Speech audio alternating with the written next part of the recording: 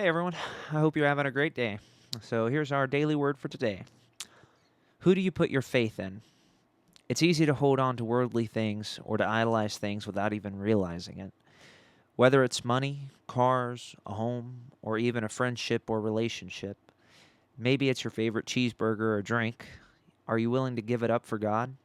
If you lost everything tomorrow, what would happen? God loves you, and He wants to bless you. He likes when you're happy and does not delight in your sorrow. But He also knows where your heart is, whether it's His or someone else's or maybe something else's. In Matthew 6:19 it says, "Do not store up for yourself treasures on earth, where moth and rust destroy, and where thieves break in and steal. But store up for yourself treasures in heaven, where neither moth nor rust destroys, and where thieves do not break in or steal. For where your treasure is, there your heart will be also." Matthew 6:24 says, "No one can serve two masters, for not, either he will hate the one and love the other, or he will be devoted to one and despise the other. You cannot serve God and wealth." In Luke 12:15 it says, "But he said to them, Beware, and be on guard against every form of greed, for not even when one is affluent does his life consist of his possessions." Look where your worries are.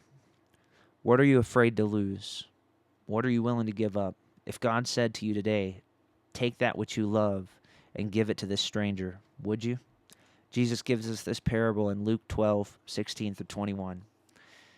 And he told them a parable saying, "The land of a rich man was very productive, and he began thinking to himself, saying, What shall I do, since I have no place to store my crops? And he said, This is what I will do. I will tear down my barns and build larger ones, and I will store up all my grain and my goods there. And I will say to myself, You have many goods stored up for many years to come. Relax, eat, drink, and enjoy yourself." But God said to him, "You fool, this very night your soul is demanded of you. And as for all that you have prepared, who will own it now?"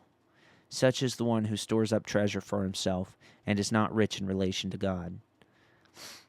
If you have an abundance, how much more do you need? Wealth is a tool for good when used properly, but also a burden to those who hold on to it. In 1 Timothy 6:9 through 10, it says, "But those who want to get rich fall into temptation and a trap, and many foolish and harmful desires which plunge people into ruin and destruction. For the love of money is a root of all sorts of evil, and some, by longing for it, have wandered away from the faith and pierced themselves with many griefs." So put faith in God that He will always sustain you. In Hebrews 13:5 through 6, it says, "Make sure that your character is free from the love of money, being content with what you have. For He Himself has said, I will never desert you, nor will I ever abandon you. So that we confidently say, The Lord is my helper. I will not be afraid. What will man do to me?" In Colossians 3:5 it says, "Therefore treat the parts of your earthly body as dead to sexual immorality, impurity, passion, evil desire, and greed, which amounts to idolatry." So to recap, look deep into your heart.